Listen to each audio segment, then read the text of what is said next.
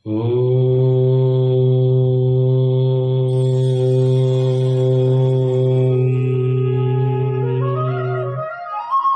हरि ओम। श्री गणेशाय नमः। श्री सरस्वत्यै नमः। श्रीमते रामानुजाय नमः। लक्ष्मीनाथ समारंभां नाथयामुनिमध्यमाम् अस्मदाचार्यपर्यन्तां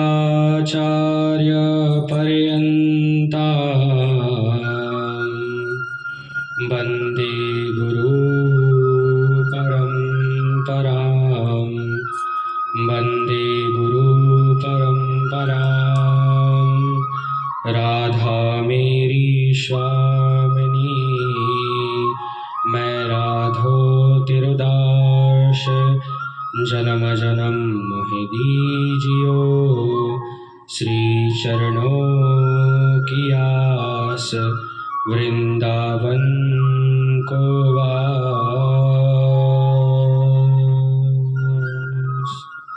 राधे राधे। राधे राधे। आज हम भक्त ध्रुव की कथा को श्रवण करेंगे। आज हम भक्त ध्रुव के चरित्रों का गान करेंगे कि वह कैसे थे, उनका क्या लक्ष्य था और उन्होंने अपने जीवन में क्या किया है। आज हम उन्हीं के लक्ष्यों और उन्हीं के जीवन के बारे में विस्तार से जानेंगे और उनके चिन्हित किए हुए लक्ष्यों पर आज हम चलेंगे। आज हम ध्रुव चरित्र के बारे में गान करेंगे और उनकी कथा को श्रवण करेंगे। लेकिन इससे पहले एक प्रश्न है। प्रश्न क्या है कि हमें भक्ति कब करनी चाहिए, हमें भगवान के भक्ति में कब से लगना चाहिए और कितने वर्ष तक लगना चाहिए। आज यही प्रश्न हमारे सामने खड़ा है और यह प्रश्न हमारे ही नहीं, आपका भी है। आइए आज हम उसी प्रश्न के बारे में हल करेंगे। आइए हम उस कथा की ओर बढ़ते हैं। यह कथा आपको श्रीमद्भागवत महापुराण के चतुर्थ स्कंध के 8वें अध्याय में प्राप्त होगी। आइए हम उस कथा की ओर बढ़ते हैं। महाराज उत्तानपाद कौन है? भक्त ध्रुव के पिता महाराज उत्तानपाद के 2 पत्नियां थीं, जिनका नाम था सुनीति और सुरुचि। सुनीति के पुत्र थे ध्रुव और सुरुचि के पुत्र थे उत्तम। और महाराज उत्तानपाद सुरुचि को ज्यादा मानते थे और सुनीति को नहीं मानते थे। और ध्रुव जी, एक दिन क्या हुआ कि ध्रुव जी अपने पिता के गोद में बैठ गए। बगल में खेलते खेलते अपने पिता के गोद में जाकर बैठ गए। बगल में छोटी माँ खड़ी थी, अर्थात उत्तम की माँ खड़ी थी। जब सुरुचि ने ऐसा देखा कि यह मेरे पति देव के गोद में आकर बैठ गया है, तब उन्हें यह देखकर यह बात बर्दाश्त ना हुई और उन्होंने ध्रुव जी का हाथ पकड़कर उन्हें गोद से गिरा दिया और कहने लगी कि तू इस गोद में बैठने का अधिकारी नहीं है। और ध्रुव जी यह सब सुन रहे थे और ध्रुव जी रोने लगे। यह सब सुनकर उन्हें मालूम नहीं चलता था कि छोटी माँ ने ऐसा क्यों किया। बताइए, उस 5 वर्ष के नन्हे से बालक पर क्या गुजरी होगी। अरे उसे तो यह भी नहीं पता कि वह अपने पिता के गोद में बैठा और उसकी छोटी माता ने उसका हाथ पकड़ के उसे नीचे की ओर क्यों ढकेल दिया।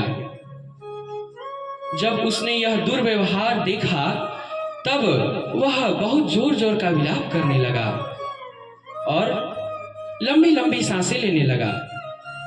तब पर भी उसकी छोटी माता ने उसे कोसना बंद नहीं किया। उन्होंने और आगे क्या कहा कि तू इस गोद में बैठने का अधिकारी नहीं है और तेरी जो माता है बड़ी दुर्भागिनी है। जब ध्रुव ने यह सब बात सुनी तब उससे यह बात सहन ना हुई और वह महल से दौड़ता हुआ अपने माँ के महल की ओर प्रस्थान कर गया, चला गया और अपने माँ से जाकर कहने लगा, माँ आज मेरा अपमान हो गया। माँ ने पूछा, कैसा अपमान? सुनीति ने कहा, बता बता कैसा अपमान? क्या तुझे किसी ने मारा या खेलते क्रीड़ा करते समय तुझे किसी ने धक्का दे दिया? बता बता कैसा अपमान हुआ? ध्रुव जी इतना विलाप कर रहे थे कि उनका गला रूंध गया था, वह कुछ बोल ना सकते थे। तब पर भी उन्होंने साहस बटोर कर अपने माँ से यह सब बात कह सुनाई कि छोटी माता ने ऐसा कहा कि आप बड़ी दुर्भागिनी हैं और मैं अपने पिता के गोद में बैठने का अधिकारी नहीं हूँ। जब ध्रुव की माँ ने ऐसा सुना तब वह कहने लगी कि तेरी छोटी माता ने आखिर बुरा ही क्या कहा? अगर मैं दुर्भागिनी ना रहती तो क्या आज तू अपने पिता के गोद में ना बैठा होता? तू अपने पिता के महल में ना होता? जब ध्रुव जी ने ऐसा सुना तब उनका विलाप थोड़ा सा कम हुआ। ध्रुव जी ने फिर आगे कहा, माँ अगर छोटी माता ने मेरा अपमान किया होता तो मैं सह भी लेता, मैं विलाप ना करता, लेकिन माँ उन्होंने तुम्हारा भी अपमान किया, तुम्हें भी कोसा। यह मुझसे बर्दाश्त ना हुआ और मैं रोता रोता तुम्हारे पास आ गया। इसके बाद ध्रुव जी के माता ने उनसे कहा कि तू तप कर। देखिए माता, देखिए आजकल के माता पिता होते हैं कि अपने बच्चों को प्रोत्साहित करते हैं कि तू पढ़ाई कर और पढ़ाई करके तुझे नौकरी करना है, लेकिन उस समय के माता पिता को देखिए जो कहते हैं कि तू भगवान की भक्ति कर। क्या माता पिता है? जब ध्रुव जी की माता ने ऐसा कहा तब ध्रुव जी ने कहा, माँ मुझे यह तो बता दो कि भगवान मिलेंगे कहाँ? तब उनकी माता ने कहा, बेटा भगवान खोजने से नहीं मिलते, भगवान तो तेरे अंदर विराजमान है, तेरे हृदय में बैठे हैं, वो तो कण कण में है। तो फिर ध्रुव जी महाराज ने अपने माता से यह प्रश्न किया, अगर वो कण कण में है तो मुझे दिखते क्यों नहीं? अगर वो मेरे हृदय में है तो मुझे उनका स्मरण क्यों नहीं होता? तब उनकी माता ने कहा, देख दही होता है, दही से मक्खन कब निकलता है? जब उसको मथनी से मथा जाए। ठीक इसी प्रकार जब तू अपने मन को भक्ति रूपी मथनी से मथेगा तब उसमें तुझे भगवान का ध्यान होने लगेगा, तुझे भगवान दिखने लगेंगे। माता ने बालक ध्रुव को ऐसे समझाया और बालक ध्रुव तपस्या करने के लिए चल पड़े, प्रस्थान कर गए। भगवान को खोजने के लिए वह चल पड़े। मार्ग में नारद जी आए। नारद जी ने देखा, अब नारद जी भी भगवान के भक्त थे। अब भक्त हैं तो सब पता ही है, अंतर्यामी है। नारद जी तो सबकी खोज खबर रखते हैं, कहाँ क्या हुआ। तब नारद जी को सब पता था, लेकिन तब पर भी अनजान की तरह उन्होंने बालक ध्रुव से पूछा कि कहाँ जा रहे हो। तब बालक ध्रुव ने कहा कि मैं भगवान को खोजने जा रहा हूँ और तपस्या भी करने जा रहा हूँ। जब भगवान मिल जाएंगे तो मैं तपस्या करूंगा। नारद जी ने जब ऐसा सुना तब उन्होंने कहा, क्या तुमने भगवान को देखा है? क्या उनके स्वरूप को तुमने कभी ध्यान से देखा है? तब उन्होंने कहा कि मैंने भगवान को देखा तो नहीं है, पर मैं उनको खोजने जा रहा हूँ और तपस्या करने जा रहा हूँ। तब नारद जी ने जब बालक ध्रुव को ऐसे हठ करते हुए देखा, तब नारद जी ने बालक ध्रुव को एक मंत्र दिया। वह मंत्र है ओम नमो भगवते वासुदेवाय। जो भी मनुष्य इस मंत्र को जपता है उस पर भगवान विष्णु की असीम कृपा होती है, उससे भगवान विष्णु जल्द ही प्रसन्न होते हैं।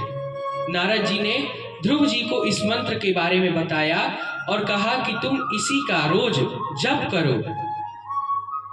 ध्रुव जी इस मंत्र को अपने कंठ में धारण करके, अर्थात कंठस्थ करके, हृदय में धारण करके आगे बढ़ जाते हैं और वन की ओर वह चले जाते हैं।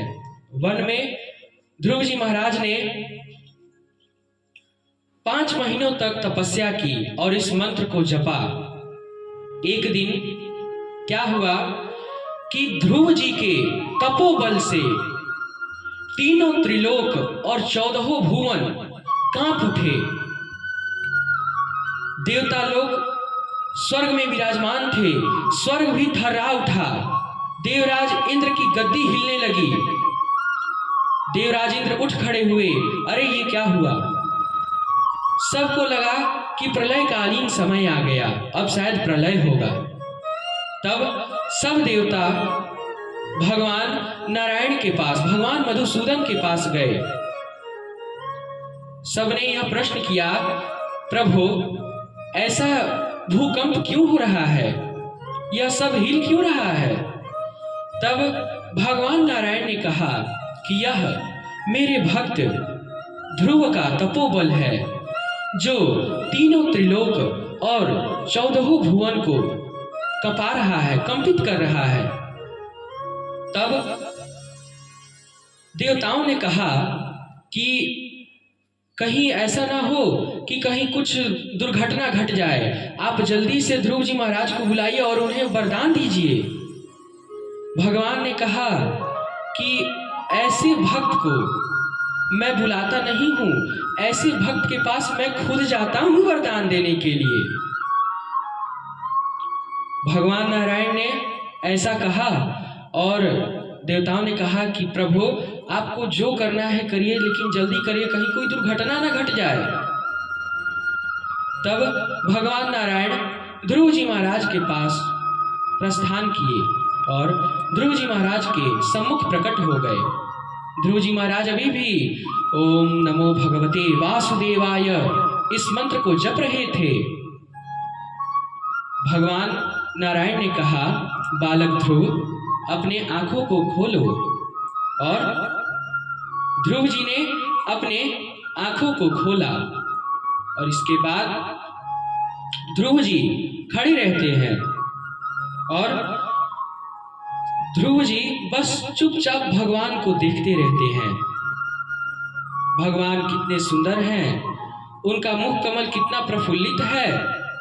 भगवान के स्वरूप को नारद जी तो बोले थे कि क्या तुमने भगवान को देखा है, उनके स्वरूप को देखा है। नारद जी का भी यह प्रश्न था कि तुमने देखा है तो बताओ। तो ध्रुव जी महाराज ने सोचा कि अब नारद जी ने हमसे पूछा है, हमने तो अभी देखा नहीं था, अभी देख रहा हूं, तो भगवान को एक टक गौर से देख लूं। ध्रुव जी महाराज ने भगवान को देखा। 4 भुजाएं थी जिसमें शंख चक्र गदा पद्म सब विराजमान थे और गले में कौस्तुभम मणि वनमाला थी और पीतांबर धारण किए हुए थे। ध्रुव जी महाराज हाथ जोड़कर खड़े थे और आंखों से आंसू बहे जा रहे थे। अब थे तो 5 वर्ष के बालक ही, तपस्या करने गए तो इस बीच पढ़ाई छूट गई, शिक्षा छूट गई, तो अब स्तुति हो कैसे? ध्रुव जी महाराज कुछ बोल ना सके। ध्रुव जी महाराज चुपचाप ऐसे हाथ जोड़कर खड़ा रहे और भगवान नारायण और ध्रुव जी महाराज दोनों एक दूसरे को देखते रहे। तब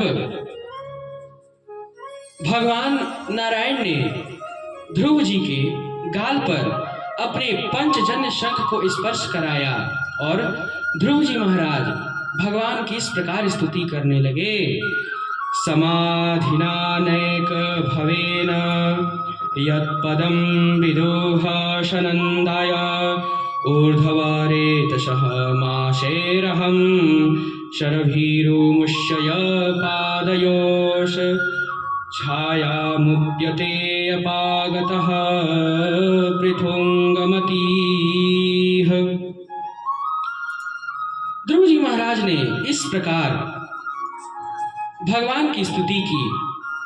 भगवान ने ध्रुव जी महाराज को वरदान दिया, उनके सिर पर अपना हाथ रखा और ध्रुव जी महाराज को भगवान ने कहा कि तू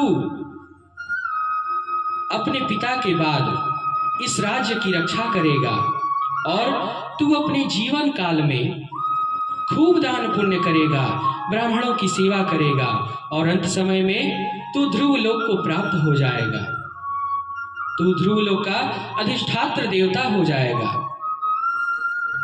ध्रुव जी महाराज को इस प्रकार भगवान ने वरदान दिया और भगवान वहीं पर अंतर्ध्यान हो गए। प्रिय भक्तों, यहाँ पर एक प्रश्न आया था, जैसा कि हमने शुरू में ही एक प्रश्न किया था कि हमें भक्ति कब करनी चाहिए। आइए उस प्रश्न को भी हम जानते हैं।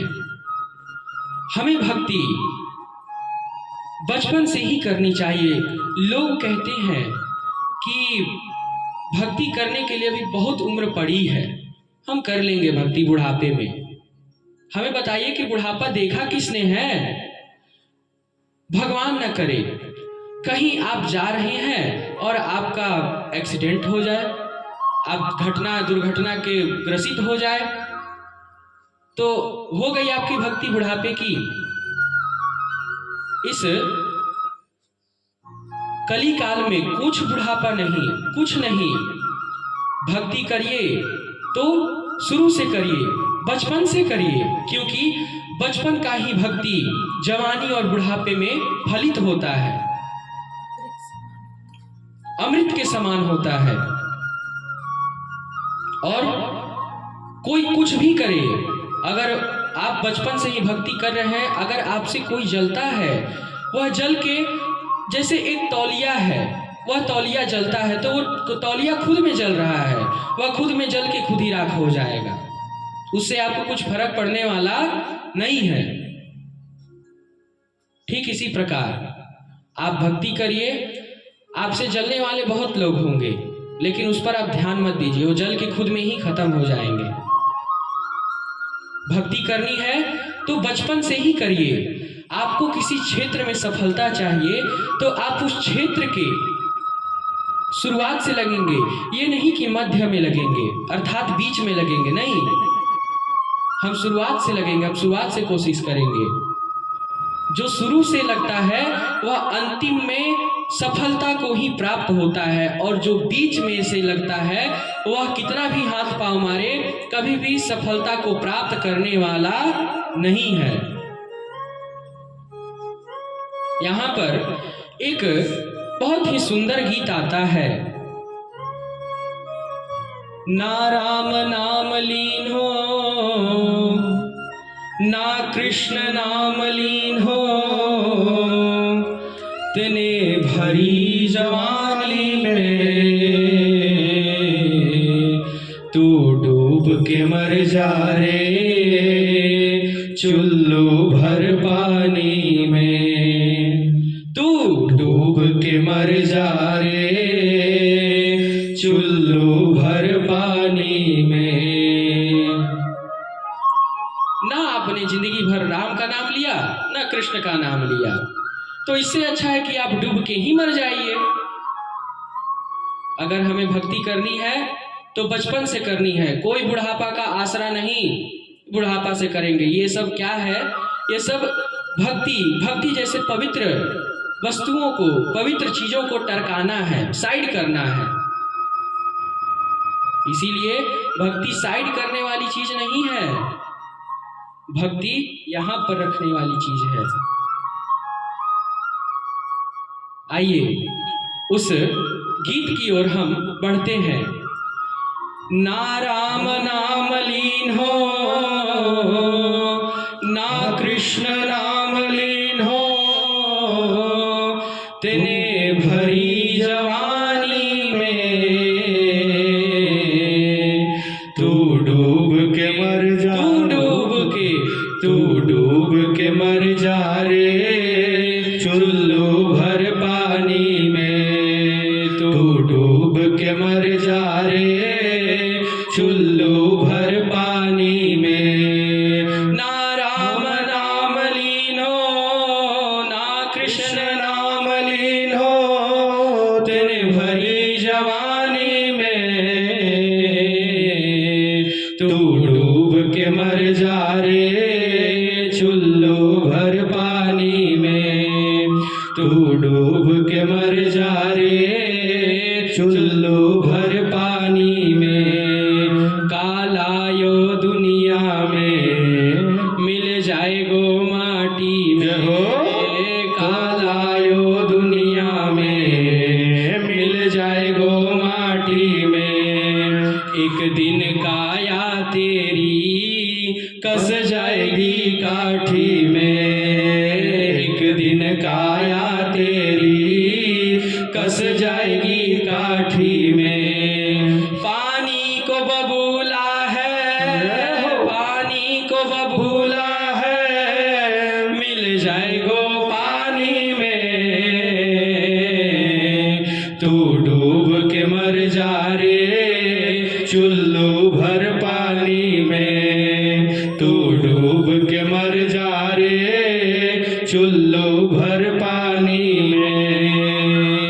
इसीलिए अगर भक्ति करनी है तो बचपन से ही करिए, वरना मत करिए, 84 के चक्कर में पड़े रहिए। प्रिय भक्तों, आज के लिए इतना ही। राधे राधे।